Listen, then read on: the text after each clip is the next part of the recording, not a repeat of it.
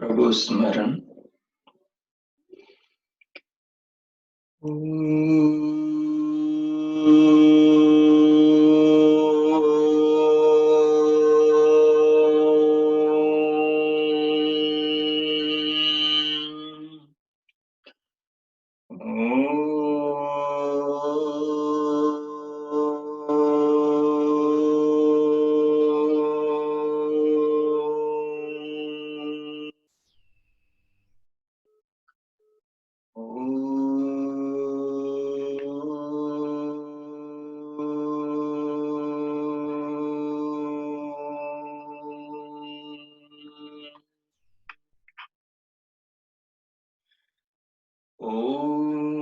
सहनाववतु सहनौ भुनक्तु सह वीर्यं करवावहै तेजस्विनावधीतमस्तु मा विद्विषावहै। ॐ शान्तिः शान्तिः शान्तिः। ओम। उपनिषद की कक्षा में आप सभी श्रोताओं का हार्दिक स्वागत है। महानुभावों, माताओं, बहनों, मित्रों, हम यजुर्वेद के 40वें अध्याय से हूबहू मिलता हुआ जो उपनिषद है, जिस उपनिषद का पूर्ण आधार यजुर्वेद का 40वें अध्याय का आत्मनि सूक्त है, उसका अध्ययन कर रहे हैं। इस उपनिषद, इस यजुर्वेद के 40वें अध्याय के प्रचारक महर्षि काण्व मुनि हुए हैं। मुनि कहते हैं उस व्यक्ति को जो मनन करता है। इस उपनिषद में किसका मनन है? इस उपनिषद का नाम ईशोपनिषद है। इसका नाम क्या रखा? ईशोपनिषद, जिसके अंदर विशेष रूप से ईश्वर से आत्मा की मुलाकात करवाने की बात कही। ये ऐसा उपनिषद है, इस उपनिषद को पढ़कर समझकर इसकी गहराई में उतरकर आदमी परमात्मा से जुड़ सकता है, परमात्मा को जान सकता है, परमात्मा को अनुभव कर सकता है, परमात्मा को समझ सकता है, परमात्मा के साथ जीवन को जी सकता है। अपने हृदय में उस विधाता को, उस ईश्वर को, उस परमेश्वर को अनुभव करके जीवन को आनंदमय बना सकता है। ऐसी उपनिषद है यह। इस उपनिषद को व्यक्ति पढ़कर और जीवन में इसे अपना ले तो वो अपने इसी जीवन के अंदर भवसागर से पार हो सकता है। ऐसी कोई चीज नहीं है जो इस उपनिषद में छोड़ दी गई हो। इसमें आत्मा के बारे में भी बताया, इसमें परमात्मा के बारे में भी बताया, परमात्मा को कैसे प्राप्त किया जाता है वो विधि भी बताई, संसार में कैसे रहा जाता है वो तरीका भी बताया, संसार को कैसे समझा जाता है वो दृष्टि भी खोलकर समझाई गई, और अपनी आत्मा को जानकर सारी आत्माओं को कैसे जाना जाता है, अपनी आत्मा में परमात्मा को कैसे अनुभव किया जाता है और परमात्मा में सारी आत्माओं को कैसे जाना जाता है। बड़ी अद्भुत रहस्यात्मक गुह्य गहन गूढ़ बातें इस उपनिषद के अंदर महर्षि कण्व मुनि ने खोल खोल कर बाल की खाल उतार उतार कर समझाई। खोल खोल कर बाल की खाल उतार उतार कर समझाई। पहला श्लोक हमने पढ़ा तो हमारे सामने ये चित्र प्रस्तुत किया गया। बोले ये जो सारा विचित्र संसार है, ये जिस चित्रकार ने चित्रांकित किया है, जिस चित्रकार ने ये बनाया है, उसका नाम ईशा है, उसका नाम ईश्वर है। ये सब उसके मन में था, जैसे चित्रकार के मन में चित्र होता है। जैसे चित्रकार अपने मन के चित्र को बाहर दीवार पर उतार देता है, ठीक वैसे ही भगवान के अंदर, भगवान के ज्ञान में, संज्ञान में जैसा संसार था, जैसे स्त्री पुरुष थे, जैसे पशु पक्षी थे, जैसे कृमि कीट पतंग थे, जैसे वृक्ष लताएं थे, जैसे फल फूल कंद मूल थे, जैसे कल कल छल छल बहने वाली सरिताएं थी, जैसे अगाध जल राशि से भरे हुए समुद्र थे, और जैसे आकाश में विचरण करने वाले बादल थे, और सारे इस जगत को प्रकाश से ओतप्रोत करने वाला सूर्य था, जैसे अपनी रश्मियों से औषधियों और वनस्पतियों में रस भरने वाला चंद्रमा था, जैसा जैसा भगवान के दिमाग में, भगवान के संज्ञान में ये संसार का रूप था, वैसा वैसा विधाता ने इस संसार को बाहर दुनिया में रच दिया। संसार में बहुत अद्भुत अद्भुत चीजें बनाई। जब आप डिस्कवरी देखते हैं और जब समुद्री जीवों को देखते हैं, तो आपके पैरों तले से जमीन खिसक जाती है, ऐसे अद्भुत अद्भुत जीव।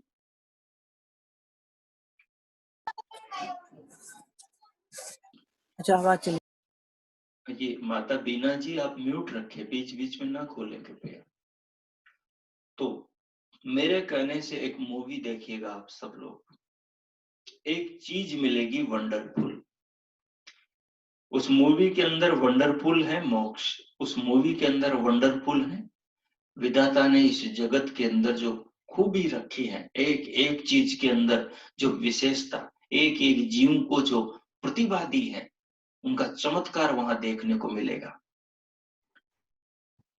तो ये जो सारा का सारा संसार है, ये सारा का सारा संसार ही भगवान ने हमें समझाने के लिए, विधाता ने उसके प्रतिभा या उसके महत्व या उसके प्रभुत्व का बोध कराने के लिए भी बनाया है।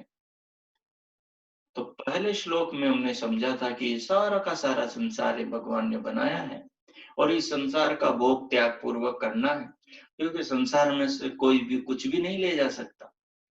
और फिर अगले सूत्र में, अगले श्लोक में हमने समझा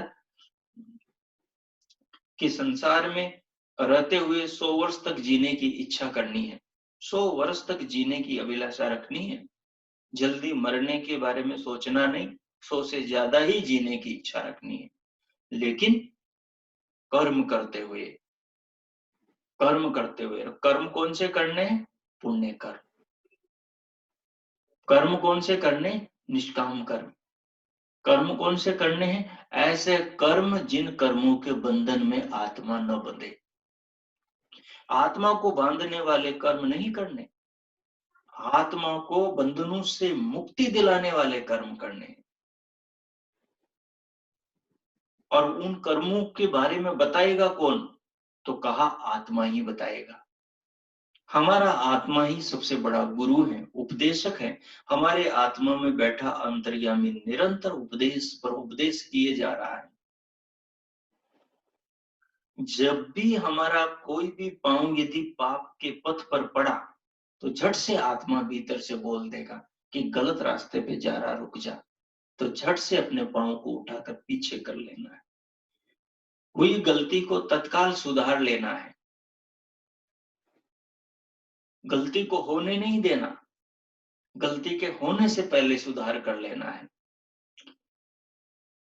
तो हमने तीसरे श्लोक में, दूसरे श्लोक में इस बात को समझा, और फिर तीसरे श्लोक में और बताया, यदि आदमी ने अपनी आत्मा की नहीं सुनी, अपनी आत्मा के विरुद्ध काम किए, तो उसे बदले में क्या मिलेगा?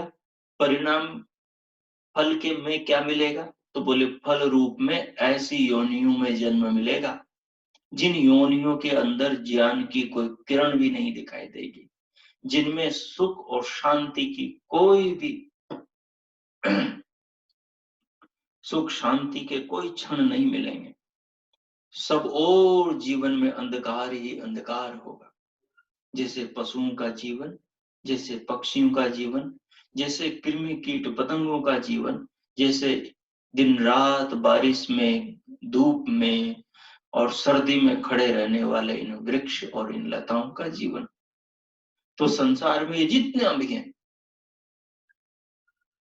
बोले मनुष्य का जीवन ही देव दुर्लभ जीवन है। इसी के अंदर बुद्धि का विकास होता है, और बुद्धि का इतना विकास इसमें किया जा सकता है कि कण से मण को जाना जा सकता है, एक कंकर से पहाड़ तक को जाना जा सकता है।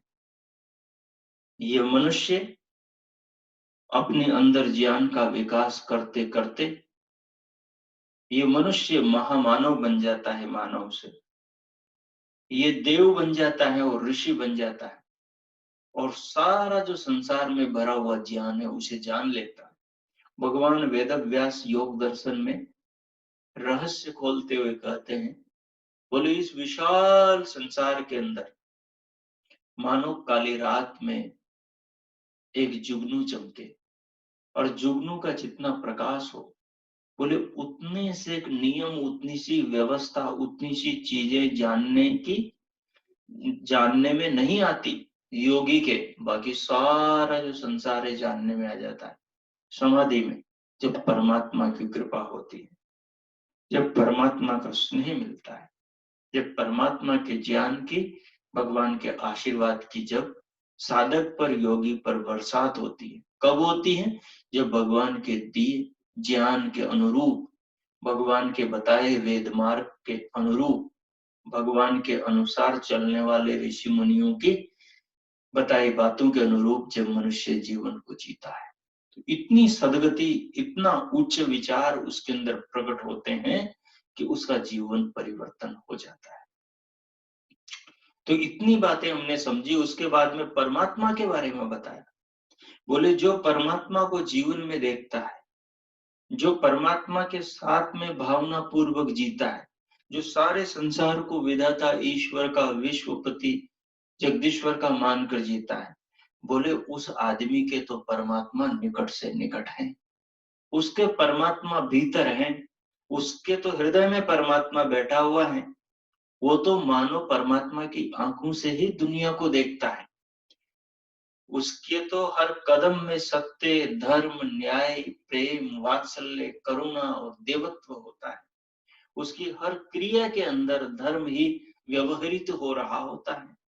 वो न्याय की, प्रेम की, करुणा की, इंसानियत की, मानवता की दृष्टि से दुनिया को देखा करता है। कौन इंसान? जिसके भीतर भगवान की भावना होती है, जो अपने आप को भगवान से जोड़ लेता है, जो इस संसार को, इस जीवन को, इस शरीर को ईश्वर का मानकर जीवन को जीता है।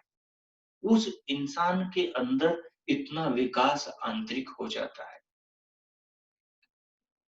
इतना विकास हो जाता है। तो देखिए फिर आगे क्या कहा, फिर आगे कहा कि उसके अंदर भी परमात्मा, उसको बाहर भी परमात्मा ही नजर आता है, उसको दूर भी परमात्मा, उसको पास भी परमात्मा ही नजर आता है।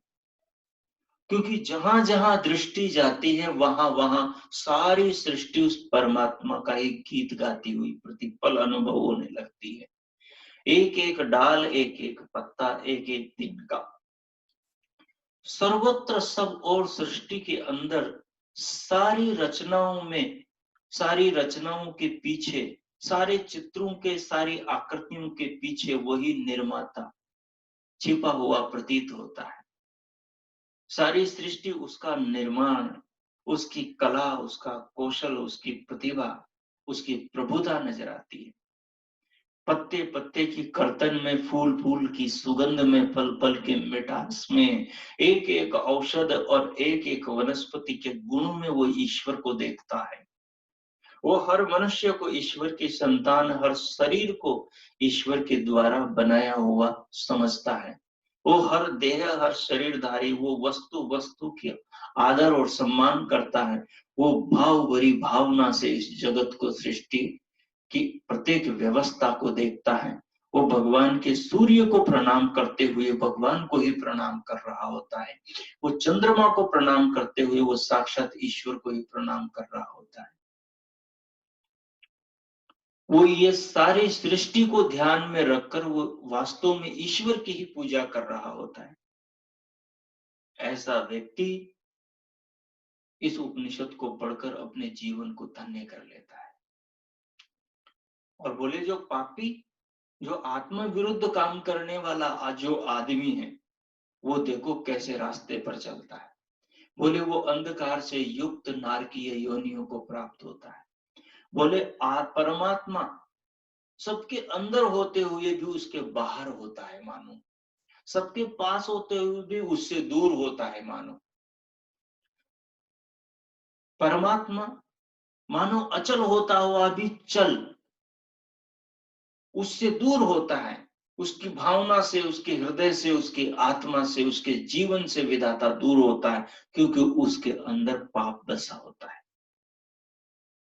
जहां पाप है वहां परमात्मा कैसे आएगा? जब मन में भावना ही पाप की, जब विचार ही अनैतिक है, तो फिर वहां पर नैतिकता के दीपक कैसे जलेंगे? तो बड़ा खोल कर समझाया वहां पर। तो पीछे हमने चौथा और जो 5वां श्लोक पढ़ा, समझा, वो बड़ा ही रहस्य से भरा हुआ है। अब आइए आगे जो हम 6वां और 7वां श्लोक पढ़ेंगे, वो बड़ा ही अद्भुत है। और 8वें श्लोक में विधाता के स्वरूप को जिस ढंग से खोला है, भगवान को जानने में, भगवान को जनाने में भगवान के द्वारा या महर्षि इस काण्व मुनि के द्वारा कोई कमी ही नहीं रखी। विधाता को इस उपनिषद को पढ़कर अच्छे से व्यक्ति जान सकता है और वो आनंद से भर जाएगा, उसके भीतर प्रेम भर जाएगा, उसके भीतर करुणा भर जाएगी, उसके अंदर परमात्मा के प्रति श्रद्धा, कृतज्ञता, निष्ठा, समर्पण भर जाएगा।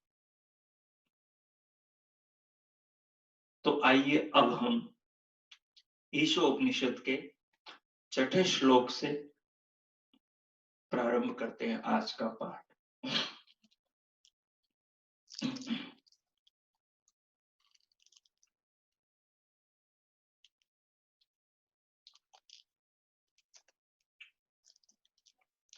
छठा श्लोक है हमारा, यस्तु सर्वाणि भूतानि आत्मन्येवानुपश्यति सर्वभूतेषु चात्मानं ततो न विजुगुप्सते। 7वां है, यस्मिन् सर्वाणि भूतानि आत्मन्येवानुभूद्विजानतः तत्र को मोह कः शोक एकत्वम् अनुपश्यत। ये दोनों श्लोकों के अंदर इस उपनिषद में अमृत की वर्षा हुई है। अमृत मतलब अमरता की प्राप्ति कराने वाले ज्ञान की बरसात हुई है। देखिए इनके अर्थ को समझते हैं। यस्तु यानी यह तो, यह तू, यह जो, तू तो, सर्वाणी सब, सारे, भूतानी 5 जड़ भूतों को या चेतन प्राणियों को, आत्मनि आत्मा में, अपने में, अपनी आत्मा में, एव ही निश्चय से, अनुपश्यति गहराई से, बारीकी से देखता है, सर्वभूतेषु सब भूतों या प्राणियों में, च और आत्मानम आत्मा को, अपने को, तत् उससे, उस कारण से, उसके बाद कहीं पाप नहीं करता। विजुगुप्सते न यानी नहीं पाप करता, घृणा करना है, कहीं घृणा नहीं होती उसकी, कहीं किसी से द्वेष नहीं होता, कहीं किसी अपकार की किसी के प्रति भावना नहीं होती। किसकी? जो व्यक्ति अपनी आत्मा में समस्त आत्माओं, समस्त प्राणियों को देखता है, जो अपनी आत्मा के जैसे ही सबको जानता है और जो सबके अंदर अपनी आत्मा को देखता है, उसके अंदर किसी के प्रति पाप भाव, घृणा भाव, छल कपट का भाव नहीं होता। देखिए, इसके एक बार भाव को हम समझ लें, उसके बाद में फिर इसको खोल के और समझेंगे। देखना वीक्षण है, वीक्षण देखना को कहते हैं। गहराई से देखना, एक एक वस्तु में अंदर से देखना कि वह इसमें है या नहीं। अनुवीक्षण है, जो इस प्रकार के अनुवीक्षण से यानी एक एक वस्तु को बारीकी से उसके अंदर जा जाकर विचार कर करके, सोच सोच करके, प्रश्न प्रति प्रश्न कर करके, तर्क प्रतितर्क कर करके, जो सब भूतों को आत्मा में ही देखता है। सब भूतों को यानी सब प्राणियों को अपनी ही आत्मा में देखता है और आत्मा को सब भूतों में देखता है। वह इस अनुवीक्षण के कारण, इस देखने की विशेष कला, इस दृष्टि के कारण पाप नहीं करता, क्योंकि उसे प्रत्येक वस्तु की ओट से वह झांकता नजर आता है, वह देखता नजर आता है। कौन? ईश्वर। जो संसार में देखता है तो उसमें भी वो झांकता नजर आता है, और जब वो अपनी आत्मा में झांकता है तो अपनी आत्मा में भी परमात्मा झांकता नजर आता है। हम पाप तभी करते हैं जब समझते हैं कि कोई नहीं देख रहा। जब हमारे ये समझ में आ जाए कि कोई देख रहा है तो फिर हम पाप कर नहीं सकते, फिर पाप कर नहीं पाएंगे। चोर चोरी नहीं करता जब सामने पुलिस वाला खड़ा हो, जब सामने डंडे वाला खड़ा हो तो चोर की चोरी करने की हिम्मत नहीं होती। करेगा कैसे? ऐसे ही जब मनुष्य के भीतर परमात्मा खड़ा हो, मनुष्य चल रहा है उसके साथ परमात्मा चल रहा हो, मनुष्य बैठा है उसके साथ परमात्मा बैठा हो, मनुष्य के भीतर उसकी आत्मा में परमात्मा हर समय बैठा हुआ है, उस समय आदमी पाप नहीं कर सकता। क्योंकि आत्मा एवं साक्षी, आत्मा या साक्षी, आत्मा ही साक्षी है। किसका? आत्मा का। आत्मा जो भी पाप करता है उसका खुद साक्षी है।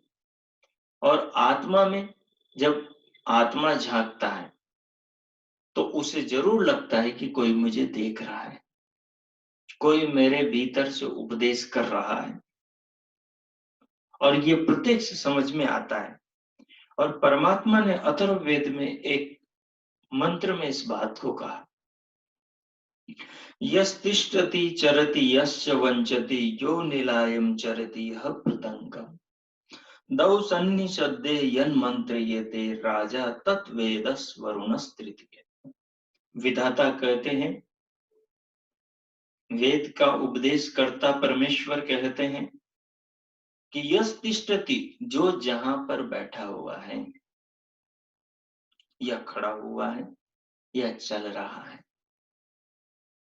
जो जहां पर बैठा है, खड़ा है, चल रहा है, सबके बीच में है या छिपकर बैठा हुआ है। यश च वंचति, जो दूसरों को ठगने में लगा हुआ है, सबके सामने या चुपके से या चतुराई से या जालसाजी से, जो भी किसी को ठगने में लगा हुआ है। यो निलायम चरति, और जो छिपकर कुछ करतूत कर रहा है। यह प्रतंगम,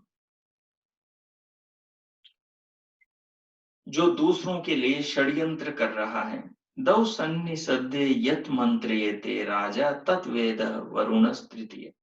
बोले वहां तीसरा परमात्मा, वरुण परमात्मा खड़ा उसके भीतर, उसकी आत्मा में बैठा उसको जान रहा है।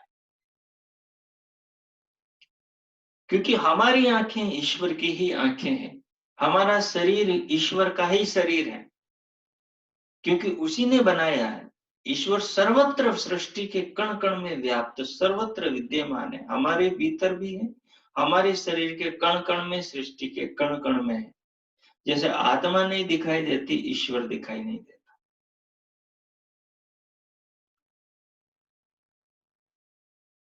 इसलिए कहा है कि जो व्यक्ति परमात्मा को सर्वत्र देखता है वो फिर किसी के प्रति अपने मन में पाप भाव नहीं लाता, वो किसी को फिर धोखा, किसी के साथ दगा नहीं करता, वो फिर मौज में जीता है। तो उसी मौज की बात यहाँ पर कर रहे हैं, उसी चीज को खोलकर यहाँ हमें समझा रहे हैं कि जो व्यक्ति अपनी आत्मा को सब भूतों में देखता है, कैसे देखता है इसे समझ लें। हमारा आत्मा चेतन है, हमारे आत्मा को हम जान सकते हैं, कोई दूसरा नहीं जान सकता। जैसे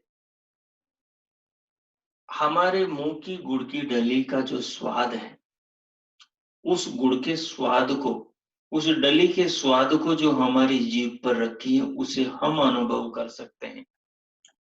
दूसरे के मुंह में रखी हुई जो गुड़ की डली का स्वाद उसको आ रहा है, उस स्वाद को हम बिना गुड़ की डली चखे कभी जिंदगी में अनुभव नहीं कर सकते। चाहे कितनी किताबें हमें पढ़ा दी जाएं, चाहे कितने शास्त्र पढ़ा दिए जाएं, चाहे हमें कितने भाषण दे दिए जाएं, लेकिन हम जिंदगी भर श्रोता बनकर भी इस अनुभव को नहीं पा सकते जो गुड़ की डली के खुद चखने से गुड़ का अनुभव होता है। दूसरा चखेगा उसको होगा, हम चखेंगे हमको होगा। परमात्मा को ऋषि मुनियों ने चखा, ऋषि मुनियों को परमात्मा का अनुभव हुआ और उन्होंने अपने शास्त्रों में लिखा इस बात को, जिसे हम पढ़ रहे हैं कि परमात्मा ऐसे है। हमें नहीं हुआ परमात्मा का अनुभव तो हम नहीं लिख सकते, हम नहीं कह सकते कि हमें परमात्मा का अनुभव हुआ। जिनको हुआ उन्होंने लिखा, वो प्रमाण है इस बात के।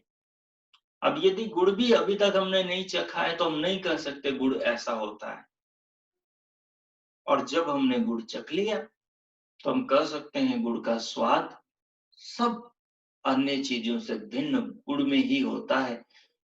उसके बाद में फिर किताब पढ़ने की जरूरत नहीं, किसी के उपदेश की आवश्यकता नहीं। कितना ही उपदेश देकर कोई गुड़ को हमें अनुभव नहीं करा सकता था कि गुड़ का स्वाद कैसा है। गुड़ का स्वाद अनुभव करने के लिए तो गुड़ की डली को खाना ही जरूरी था, उसके बिना गुड़ के स्वाद को नहीं जाना जा सकता था।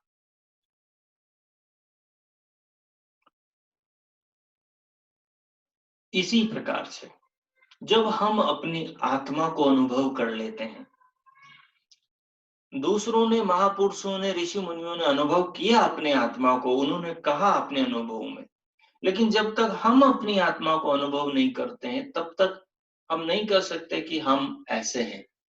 लेकिन जब हम अपनी आत्मा को अनुभव कर लेते हैं तब हम ये कहेंगे हाँ, उन ऋषि मुनियों को जो अनुभव हुआ, उन्होंने जो शास्त्रों में लिखा, ठीक, ये बात बिल्कुल ठीक है, क्योंकि मुझे भी जो अनुभव हुआ, मेरा अनुभव भी इसी बात को कहता है, जिस बात को जिन्होंने अनुभव किया अपनी आत्मा को उन्होंने कहा है। जैसे जिसने गुड़ का अनुभव किया उसने कहा मुझे गुड़ ऐसा लगा, जब मैंने भी गुड़ का अनुभव किया मैंने भी कहा मुझे गुड़ ऐसा लगा। मैंने मिर्ची खाई तो मुझे पता लगा मिर्ची चरकी, मैंने जामुन खाए तो मुझे पता लगा खट मीठा होता है, मैंने अमरूद खाया तो मुझे पता लगा मीठा होता है, मैंने ये खाया तो मुझे पता लगा वो ऐसा होता है। उस चीज के, वस्तु के अन्य भी खाने वाले हैं, उनका मेरा अनुभव एक। तो जब मुझे अपनी आत्मा का अनुभव हो जाएगा तो सृष्टि में जितने भी देहधारी प्राणी हैं उन सबकी आत्मा कैसी है मुझे भी पता लग जाएगा। तो यही यहाँ पर अनुवीक्षण, जब मुझे अपनी आत्मा का अनुभव हो जाएगा तो मेरी आत्मा के अनुभव के आधार पर सब प्राणियों में, शरीरधारियों में आत्मा कैसी है उनका भी मुझे अनुभव हो जाएगा। तो अपने को जानकर सबको इस प्रकार से जाना जा सकता है। और जब मुझे अपनी चेतना का अनुभव हो गया, तो फिर सृष्टि में काम कर रही चेतना, जो महान चेतना परमात्मा है, उसे भी जाना जा सकता है। लेकिन कब कब जाना जा सकता है? जब हमें पहले अपनी चेतना का, हमें पहले अपनी आत्मा का अनुभव हो, तब जाकर हमें उसका अनुभव हो सकता है। जब तक अपनी का नहीं होगा, तब तक दूसरे का कभी नहीं होगा, भले हम पढ़ते ही रहें जिंदगी भर, भले जिंदगी भर हम पढ़ते रहें। इसलिए इस तत्व को समझना जरूरी है। इसलिए इस तत्व को समझना जरूरी है। केवल एक चीज से काम नहीं चलेगा, केवल एक चीज से काम नहीं चलेगा, केवल पढ़ने से काम नहीं चलेगा।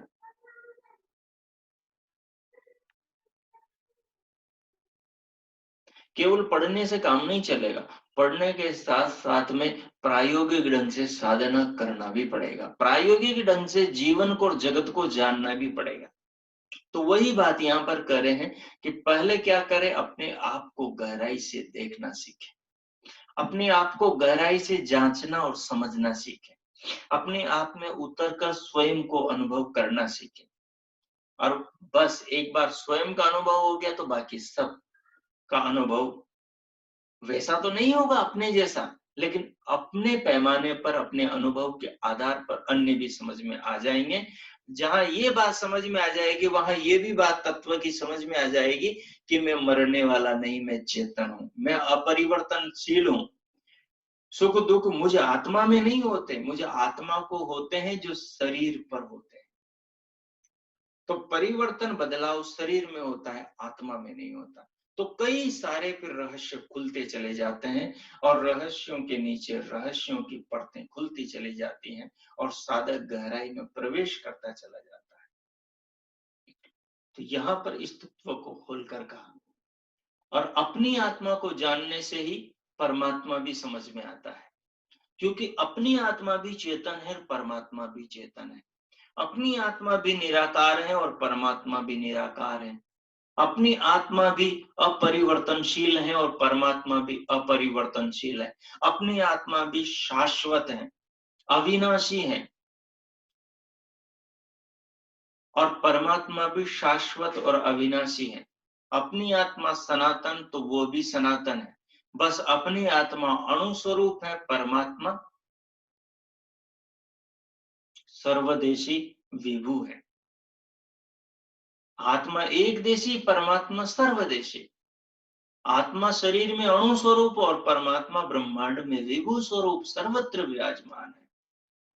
लेकिन परमात्मा भी चेतन और आत्मा भी चेतन, तो ये चेतनता को जो चखेंगे, जैसे गुड़ की डली को चखा तो गुड़ का स्वाद का पता लगा। उससे पहले हमसे कितने लोगों ने कहा कि गुड़ का पता है, हम पूछते रह गए कि गुड़ इमली जैसा होता है, अनार जैसा, अमरूद जैसा, बगुगोसा जैसा, एप्पल जैसा, पपीते जैसा। तो आदमी सामने वाला यही कहेगा, इनमें से किसी के जैसा गुड़ नहीं होता, वो तो गुड़ को खाओगे तभी पता लगेगा गुड़ कैसा होता है। तो जब गुड़ चखा तो पता लगा कि गुड़ ऐसा होता है। वैसे ही जिस दिन हम अपनी आत्मा को चखेंगे, अपनी आत्मा का अनुभव होगा, उस दिन पता चलेगा चेतन अनुभव कैसा होता है, चेतन का अनुभव कैसा होता है। जिस दिन उस चेतन का अनुभव होगा, उस दिन बाकी भी दुनिया में जो चेतन है, अन्य आत्माएं और परमात्मा, उन चेतन को भी समझने का दृष्टिकोण अपने आत्मा के अनुभव से प्राप्त हो जाएगा। तो इस प्रकार से कह रहे हैं कि अपनी आत्मा को देखकर, अपने आप में भीतर उतरकर, अपने आप को समझकर, अपने आप को अनुभव करके, जितनी भी आत्माएं हैं उनके अनुभव का द्वार खुल जाता है, और अपनी आत्मा का अनुभव ही परमात्मा का और सृष्टि की आत्माओं का द्वार है, वो खुल जाता है। फिर उनको भी हम अपने अनुभव के आधार पर जान सकते हैं, और परमात्मा की विशेष कृपा से अपनी आत्मा के साथ परमात्मा को भी अनुभव कर सकते हैं।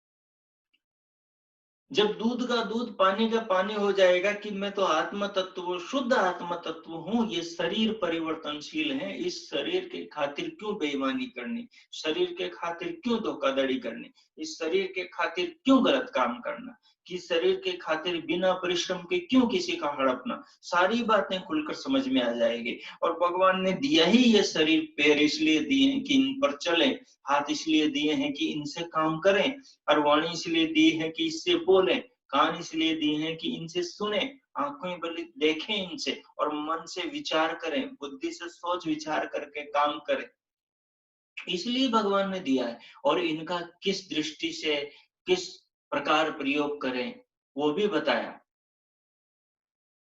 भद्रं कर्णेभिः शृणुयाम देवा, भद्रं पश्येमाक्षभिर्यजत्राः, स्थिरैरङ्गैस्तुष्टुवांसस्तनूभिर्व्यसेमहि देवहितं यदायुः। विधाता ने ये भी उपदेश दे दिया, इन कानों से भद्र अच्छा अच्छा सुनना है, इन आंखों से भद्र भला भला देखना है, जिससे आत्मा की गति हो, आत्मा की सुगति हो, जिससे आत्मा की दुर्गति न हो, जिससे बंधन में न बंधे, बंधनों से आजाद, बंधनों से मुक्ति हो, कल्याण के मार्ग खुलते हो। और इन आंखों से, इन कानों से अच्छा सुनना, अच्छा देखना, वाणी से अच्छा बोलना, हाथों से अच्छे काम करना, पैरों से अच्छी दिशा में चलना, मन से अच्छा सोचना, इसलिए कहा सारे शरीर से ही भले काम करने। स्वस्ति पंथा मनुचरेम सूर्य सूर्य चंद्रमसाविव, बोले स्वस्ति के कल्याण के मार्ग पर चलो, इन पांवों से इस शरीर को स्वस्ति कल्याण के मार्ग पर लेकर चलो। जैसे सूर्य और चंद्रमा सारे जगत के भले के लिए उदित होते हैं, सबका कल्याण निरंतर करते हैं, वैसे हम भी सबके कल्याण के मार्ग पर चले, ये उपदेश यहाँ पर दिया। तो इसलिए सारी बातें खुल खुल कर समझ में आ जाएगी। ठीक है, जैसे एक धागा पकड़ में आ गया तो बस वो पकड़ में आते ही धीरे धीरे धीरे धीरे सारे जाल खुलते चले जाएंगे, सब कुछ समझ में आने लग जाएगा। इस तत्व को यहाँ पर समझाया गया। अब इसके आगे का अगला श्लोक देखें, आगे देखें। यस्मिन् सर्वाणि भूतानि आत्मैव, यस्मिन् सर्वाणि भूतानि आत्मैव अभूद्विजानतः तत्र को मोह कः शोक एकत्वम् अनुपश्यतः। जब एक तत्व को अनुभव करता है तो न शोक रहता, न मोह रहता, न आसक्ति रहती, न दुख रहता, न चिंता रहती, कुछ भी नहीं रहता, सबसे मुक्त हो जाता है। कब? यस्मिन् सर्वाणि भूतानि, जिस अवस्था में, जिस स्थिति में, जिस ऊंचाई से, सर्वाणी सारे, भूतानी पंचभूत और प्राणियों को, आत्मा आत्मा स्वयं के समान, आत्मा यानी आत्माओं को अपनी आत्मा के समान ही हुआ देखता है, ऐसे जानने वाले विजानन यानी ऐसे जानने वाले ज्ञानी का, तत्र वहां उसमें यानी इस संसार में, कह क्या, कौन सा, कैसा मोह मोह हो सकता है,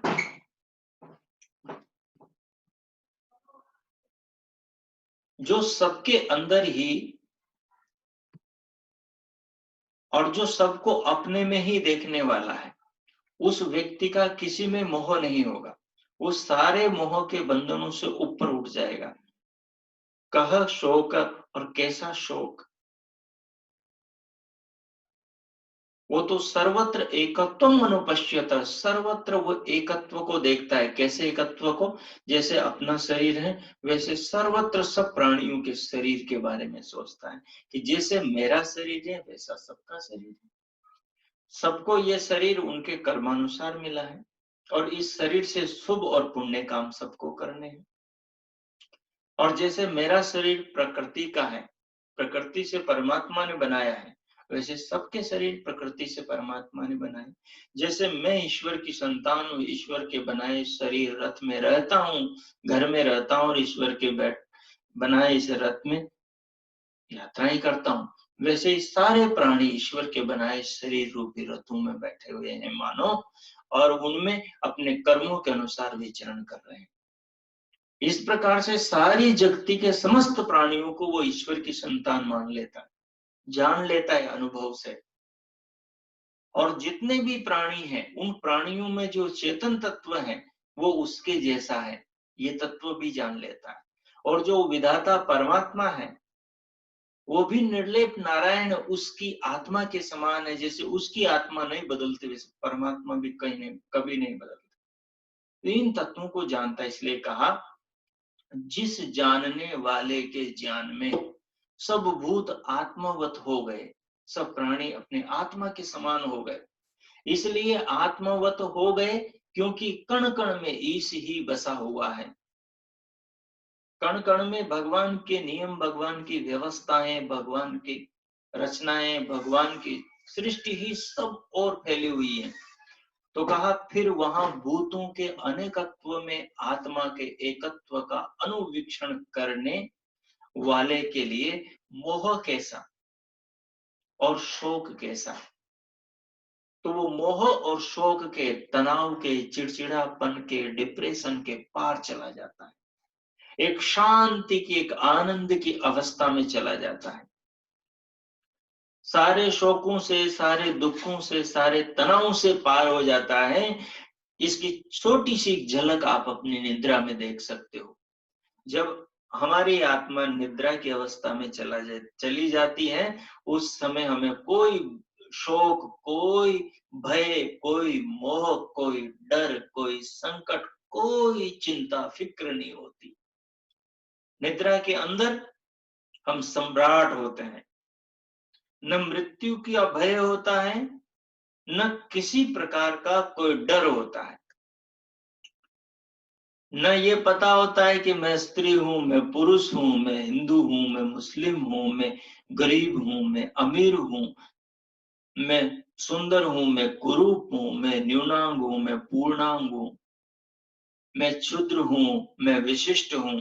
कोई भेद नहीं। मैं बीमार हूं, मैं मरने वाला हूं, ये वगैरह तमाम तमाम प्रकार की जितनी भी ऐसी बातें, ऐसे विचार जिनके कारण आदमी के अंदर तनाव पैदा हो, सारे राग, द्वेष, छल, कपट, तमाम प्रकार के तूफान से परे वो परमात्मा की गोद में हृदय के भीतर आनंद में होता है, जब वो निद्रा के अंदर होता है। तो इस निद्रा से ही ऊंची अवस्था समाधि की है, और समाधि से परम ऊंची अवस्था मोक्ष की है। अब जब निद्रा में ही इतना आनंद होता है तो समाधि में कितना होगा सोचो। और समाधि में इतना होता है जिसकी ऋषि लोग इतनी महिमा गाते हैं कि संसार का सुख, मान लो वो जो समाधि का सुख है उसके सामने 100वां अंश भी नहीं है, 1% भी नहीं है। तो कल्पना कीजिए मोक्ष का कैसा हो कहर। इन बातों में अपने आत्मा को लगाने से, विचार करने से जीवन के अंदर शांति आती है, जीवन में ठहराव आता है। ऐसी दृष्टि विकसित हो जाती है कि इस संसार को, इन वस्तुओं को, प्रभु की इस लीला, भगवान की इस महिमा, विधाता के इन इन चित्र और आकृतियों को देख देख करके मन आनंदित होता है। वस्तु को देख करके हृदय भगवान का गुण गाता और विधाता का धन्यवाद करता है। फिर राग द्वेष मिट जाते हैं। प्रत्येक प्राणी को प्रेम से मनुष्य देखने लगता है, सबके कल्याण और भले की इच्छा रखता है, और सबके अंदर भगवान की महिमा को देखता है, सबको भगवान के हाथ से बना हुआ अनुभव करता है। हर सूरत की ओट में उस परमेश्वर की सूरत देखता है मानो। इसलिए कहा वीक्षण साधारण देखने से संसार में अनेकता दिखती है, अनुवीक्षण से एक एक वस्तु के अंदर गहरी नजर से जाकर देखने से तो इस अनेकता में छिपी एकता दिख पड़ती है। एकता दिख पड़ती है। एकता दिख किसमें? भौतिक जगत एक और प्रकृति में, और प्रकृति अपने निमित्त कारण आत्मा में लीन हो जाती है। निमित्त कारण आत्मा यानी मूल प्रकृति में। जो दृष्टा सब भूतों को इस प्रकार आत्मा में मिटते हुए देख लेता है, फिर वह न मोह अवस्था में जाता है न शोक अवस्था में। संसार में फंसकर दो ही अवस्थाओं में जीव धस जाता है। विषय सुख मिलता रहता है तो इसके मोह में फंसता रहता है, फंसा रहता है। विषय सुख छूट जाता है तो शोक अवस्था में सिर धुनता रहता है। अगर संसार में न फंसे, आत्म भाव में बिना रहे, तो संसार में कर्म करता हुआ भी फंसता नहीं। कह रहे हैं अगर संसार में न फंसे और आत्म भाव में बना रहे, तो संसार में कर्म करता हुआ भी फंसता नहीं। पंचभूतों में लिप्त हो जाने वाली अनात्म दृष्टि से मोह और शोक होते हैं, पर निर्लिप्तता तथा निष्कामता की आत्म दृष्टि से ये दोनों छूट जाते हैं और जीव परम कल्याण को प्राप्त होता है। अब कल की बैठक में हम परमात्मा का जो परम स्वरूप है, परमात्मा का जो शुद्ध रूप है, उस शुद्ध स्वरूप पर कल की बैठक में हम विचार करेंगे। आज की बैठक को इतना ही रखते हैं। इससे संबंधित आपके मन में कुछ विचार, कुछ प्रश्न उठ रहे हो तो उनको अब आगे 10 मिनट में आप पूछ सकते हो। ठीक हाँ, बस। बहन ज्योति जी, आपको कुछ पूछना है? ज्योति साहब, एक्चुअली आत्मा को जानने के लिए मेडिटेशन भी एक साधन है क्या? बिल्कुल, मेडिटेशन के बिना तो भीतर घर में जाया ही नहीं जा सकता। अपने घर में, अपना तो घर अपना शरीर है। मेडिटेशन तो करना बहुत मुश्किल होता है। मतलब अभी 1 मिनट भी अगर कहीं सोचते हैं कि कहीं शांत करके बैठना है, तो दिमाग में इतना पुराना पुराना कुछ भी चलता है, समझ में नहीं आता कि वो कहाँ से आया। वो धीरे धीरे शांत करने से शांत हो जाता है। क्योंकि अभी जो भी आप काम करते हैं, आप बैंक में काम करते हैं, तो आप जानते हैं आपके लिए वो कार्य सहज है, क्योंकि उस पर आपने प्रैक्टिस करी है, मेहनत करी है, परिश्रम किया है, आप उस कार्य के अभ्यस्त हैं। आपके लिए इसलिए वो सरल है, हमारे लिए वो जटिल। तो जब इस राह पर आप आ गए हैं तो धीरे धीरे आप मेडिटेशन करना भी, ध्यान करना भी सीख जाएंगे। ठीक है ना? और हमारे सारे कर्म बंधे भी होते हैं। मतलब सब कुछ ऐसे, जैसे हमारा कोई एक ज्योतिष शास्त्र होता है जिसमें बताते हैं कि सारे कुछ पहले से लिखा हुआ होता है हमारा। तो आपकी फिर कैसे अपने हिसाब से मतलब कर्म कर सकते हैं? वो तो सारा पहले से डिसाइडेड है ना कि हमें नहीं क्या काम करना है। नहीं नहीं, ऐसा नहीं है ज्योति जी। कर्म करने में मनुष्य स्वतंत्र है। कर्म करने में मनुष्य स्वतंत्र है, फल भोगने में परतंत्र है। काम आप अच्छा भी कर सकते हैं, बुरा भी कर सकते हैं। ठीक है, बुरे का बुरा फल मिलेगा और अच्छे का अच्छा फल मिलेगा। ठीक है, एक आदमी चोर, डाकू, बदमाश, शैतान बन जाता है तो भविष्य में वो पकड़ा जाता है तो उसे कालकोठरी में बंद किया जाता है, या उसे फांसी पर चढ़ाया जाता है, या उसके कोड़े पड़ते हैं। और दूसरा आदमी पढ़ लिख कर के समझदार बनकर समाज में बढ़िया काम करता है तो जगह जगह उसका सम्मान होता है, उसको पारितोषिक दिए जाते हैं, उसको पुरस्कृत किया जाता है, जगह जगह बड़े बड़े मंचों पर उसको बुलाया जाता है, वो हजारों हजारों लोगों का प्रेरणा स्रोत बनता है। तो जो मनुष्य जैसे कर्म करता है उस कर्मों के अनुरूप उसको फल मिलता है। कर्म करने में मनुष्य स्वतंत्र है, फल भोगने में मनुष्य परतंत्र है। ये बात है, इसलिए पहले से लिखा हुआ हमारे लिए ऐसा कुछ नहीं है। हाँ, पिछले जो कर्म किए हैं उन कर्मानुसार हमें फल मिलता है, वो फल मिलता है हमें, लेकिन वो फल भगवान हमारे सुधार के लिए देता है, हमारे पतन के लिए नहीं देता। विधाता इतने नासमझ नहीं है ईश्वर कि वो हमें जानबूझ करके दुख में धकेले, नहीं नहीं, वो तो हमें दुख से बचने के लिए ही तो कष्ट देते हैं। कष्ट होता है दुख से बचने के लिए। देखो माता पिता बच्चे के चाटा मारते हैं, क्यों मारते हैं? बच्चा कोई गलती करता है, उस गलती से वो छूट जाए, वो गलती दोबारा न करे, इसलिए। गुरुजी स्कूल के अंदर बच्चे के हाथ में डंडा क्यों मारते हैं? वो इसलिए मारते हैं कि ये कल को पूरा पाठ याद करके लाए। आज जो इसने आलस्य प्रमादवश पाठ याद नहीं किया, ऐसी गलती आगे न हो, ताकि ये परीक्षा में फेल न हो, बड़े अंकों से पास हो। ठीक है, इसके माता पिता की भी इच्छा पूरी हो और ये बच्चा भी जीवन में सफल हो और मैं जो पढ़ा रहा हूँ उसकी भी सार्थकता हो। ठीक है, तो हमेशा दंड अच्छाई के लिए दिया जाता है। दंड कभी बुराई के, कष्ट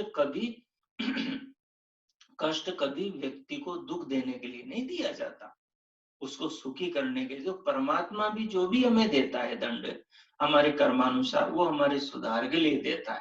बस हमारे अंदर वो सोच, वो चिंतन करने का ढंग डेवलप नहीं होता, इसलिए हम ऐसा सोचने लग जाते हैं।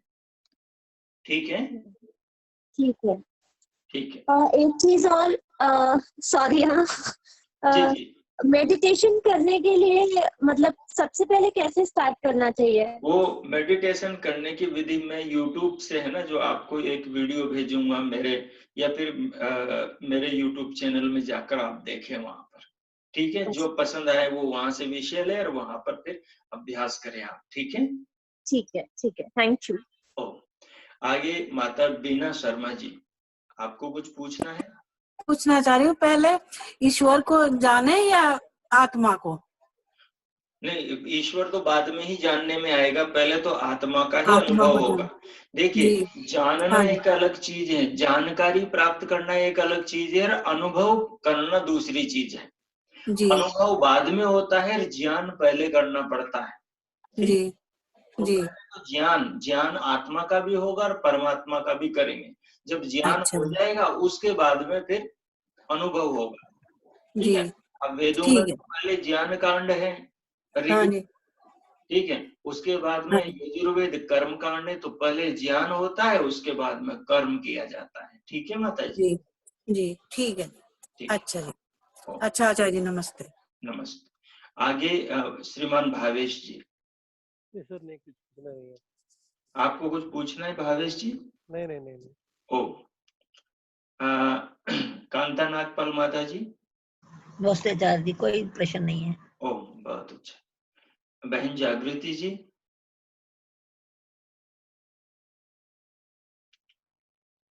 नहीं आवाज नहीं आ रही उनकी। ये मिहिर, मिहिर जी, मिहिर अरोरा जी, आपको कुछ पूछना है? नहीं। रवि किशोर जी, ठीक। माता सुनीता जी, हाँ जी आचार्य जी, नमस्ते आचार्य जी। नमस्ते माता जी। हाँ जी, नो नो सुन रहे, कोई डाउट नहीं है, बहुत अच्छा समझा रहे हैं, समझ में आ रहा है। ओ, बहुत ही पहले जानना फिर अनुभव करना, बहुत अच्छे तरीके से समझा रहे हैं। धन्यवाद माता जी। हाँ हाँ, जी, आगे धन्यवाद। सुशीला माता जी। आचार्य जी। हाँ माता जी, हाँ जी, नमस्ते आचार्य जी, मेरा कोई नमस्ते। प्रश्न नहीं है। चल ठीक है, तो आप शांति पाठ करते हैं।